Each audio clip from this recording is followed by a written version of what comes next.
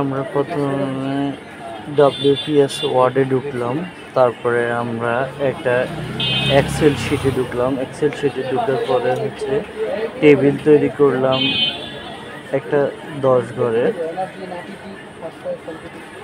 তারপরে আমরা দেখাবো কিভাবে এখানে যোগ করা যায়, একটা এক্সেল শিটে কিভাবে যোগ করবো আমরা আজকে এটা শিখাবো। প্রথমে আমরা লিখব সিরিয়াল নাম্বার। সিরিয়াল নাম্বারের পরে আমরা ডেট দিব, ডেটের পর নাম দিব,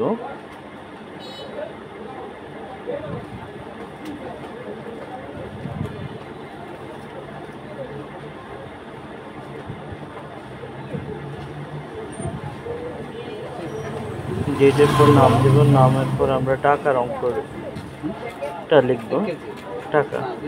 তারপরে আমরা 10টা ঘরের মতো ঘর করে টেবিল করে নিব। দেখেন কিভাবে আমরা টেবিল করি।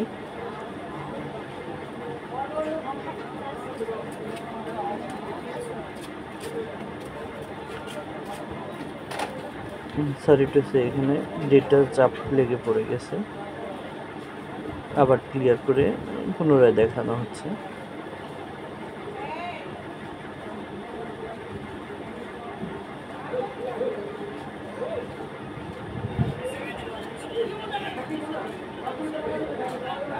হ্যাঁ, ডেটটা আবার লিখব,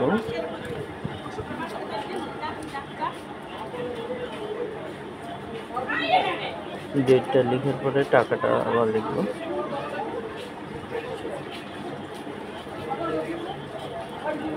হ্যাঁ, এখন আমাদের লেখা শেষ। লেখার পরে আমরা এটা সিলেক্ট করে নেব।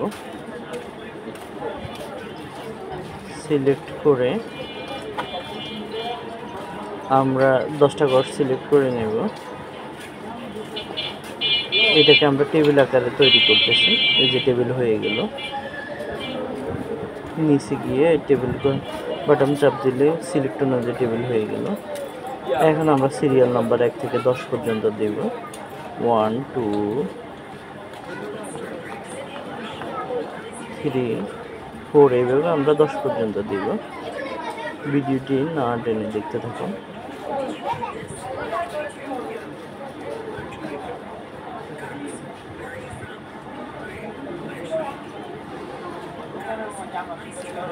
আমাদের 9 পর্যন্ত হচ্ছে, আরেকটা ঘর বাড়ানো লাগবে। সো আবার আমরা মার্কিং করে নিলাম, সিলেক্ট করে নিয়ে তারপর আবার টেবিল করে চাপ দিলাম, টেবিলটা হয়ে গেল। 10টা টেবিল হলো। এখন ডেট দিব, একটা ডেট দিয়ে তার ওটারে কপি পেস্ট করে দিলাম সবগুলোরে।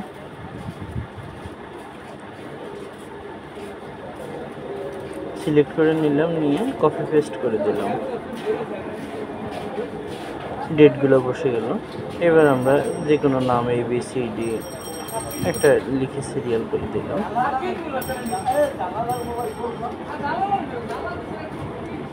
ABCD XYZ যেটাই লিখি, এটার নাম দিয়ে সুন্দর করে 10টা ঘর ফিল আপ করে দিলাম।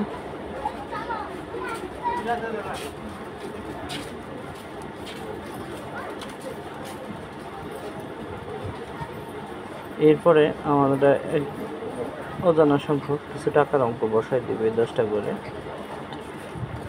আমরা শুধুমাত্র আজকে দেখাবো কিভাবে এক্সেল শিটে যোগ করা হয়।